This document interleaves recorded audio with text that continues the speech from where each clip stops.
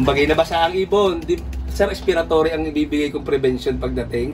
Pagtingin ko naman po yung mainit ng panahon, tapos ay mukhang mga nakainom kung saan saan. Kuwari may putik, gano'n sa paa. Opo, may putik. Eh di sa internal naman po yung aking ano, sa mga digestion naman po ang binibigay ko.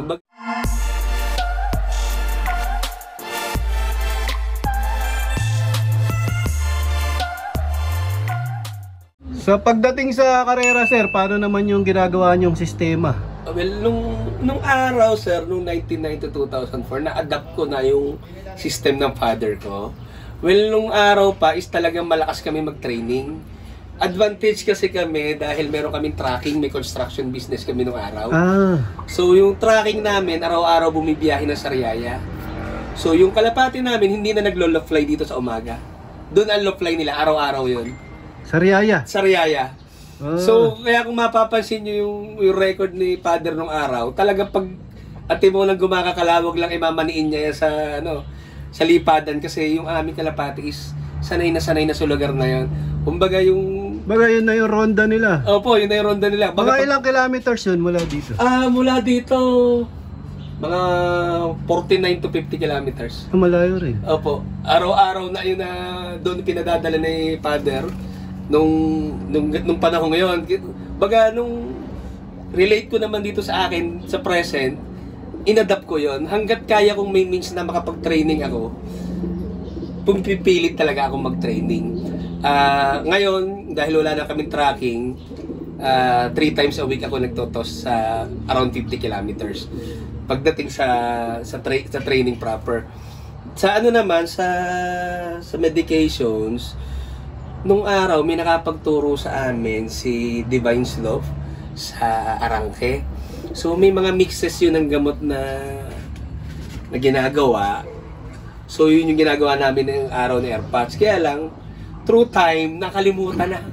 Nakalimutan na kung ano yung gamot na yun. So, pagdating naman sa akin sa present, nung una nahirapan ako kasi ang alam ko lang ay B22, pula-puti, yung mga powder, old school. Simpleng ano lang. Opo, simple lang. So, nung maglaro ulit ako, sabi ko, puta, parang may kulang. Hindi makapush yung kalapate, hindi, kumbaga, parang ka nabibitin. Nananalo sa una, ang ganda ng una, kasi una kong laro is 135 kagad ako sa north eh. Pero sabi ko, sa dulo, parang nabibitin ako. So, nung sumunod na season, nag-infuse na ako ng Bersilaga, domestic ako ng Bersilaga, ng yung iba ko pa nakikitang gamot na tingin ko okay. So yun, awa naman po ng Diyos, nag-overall champion ako sa North, South at saka sa Inter-Island races. Gamit yung same na bloodline nung pa rin nung 1999. Till now. Yung dati pa, 1999. Opo. Bloodline pa ng father mo. Opo.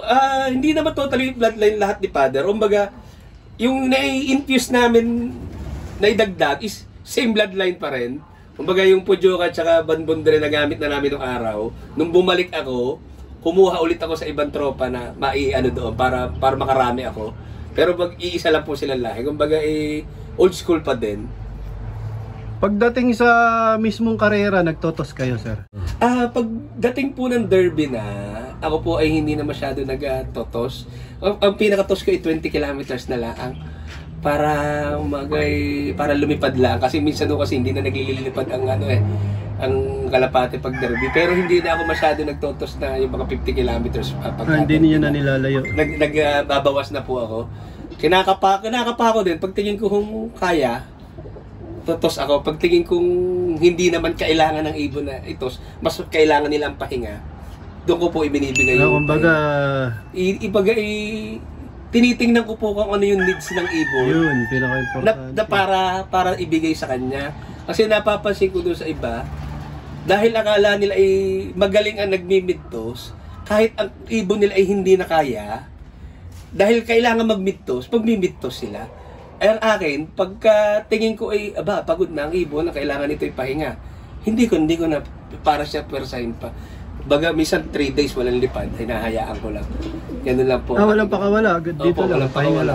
Kung may pakawala man po, kasi yung kalapate ko, pag inalpasan ko ng alangang oras, hindi talaga sila lumilipad. Nagtutukaan lang sila dyan. Alam nila yung routine nila na sila ay manunuka lang dyan sa, dito lang sa lupa. So, ganun lang po ang aking ginagawa.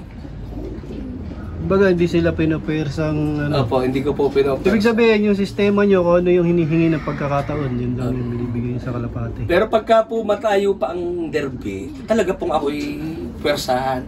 Ang loplay ko, 1 oras sa umaga, 1 oras sa hapon. Kung kaya kong maka 2 hours, pinipilit ko 1 to 2 hours. Then, training talagang pukpukan. Pero pag derby po, nabawas Pag na. training, sumasabay kayo sa truck? Sumasabay po ako sa track. Pero pili lang po.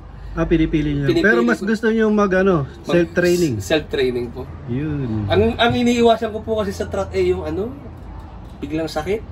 Yun, pinuwan. Pagkaramdam ko po na pag napunta kasi ako ng loading, nakikiusyoso ako doon sa mga, kumusta ibon nyo?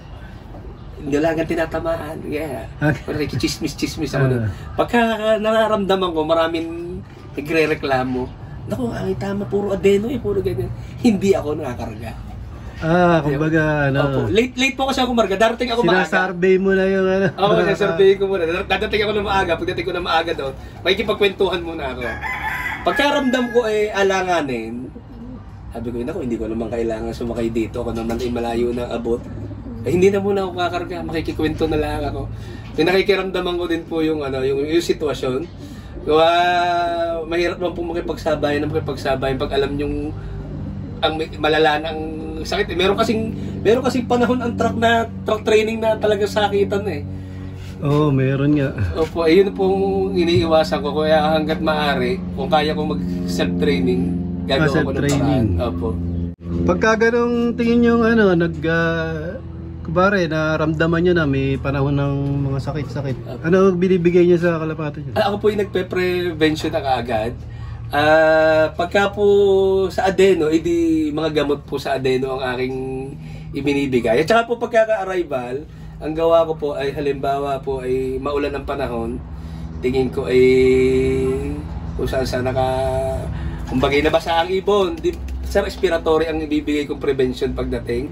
Pagtingin ko naman po yung mainit ng panahon, tapos ay mukhang mga nakainom kung saan saan. Kuwari may putik, ganun sa Opo, may putik. Di sa internal naman po yung aking sa mga digestion naman po ang binibigay ko. Bagay, ini-incorporate ko lang po kung ano yung naaayon sa pangyayari ng araw na iyon, sa panahon, kung anong dapat ibigay to sa araw na iyon, kung anong na-experience niya, kung anong tingin ko ito nakikita ng ibon, yun po ibinibigay ko. Pagdating ng ibon, ano yung pinapakain nyo, sir? Ako po Galing karera? Galing karera po. Sneaky Pix po, tsaka yung Carbomax. Carbomax. Para po madaling tunawin. Madigest. Opo. Pag ako po yung nagbigay, 3 patukaan na.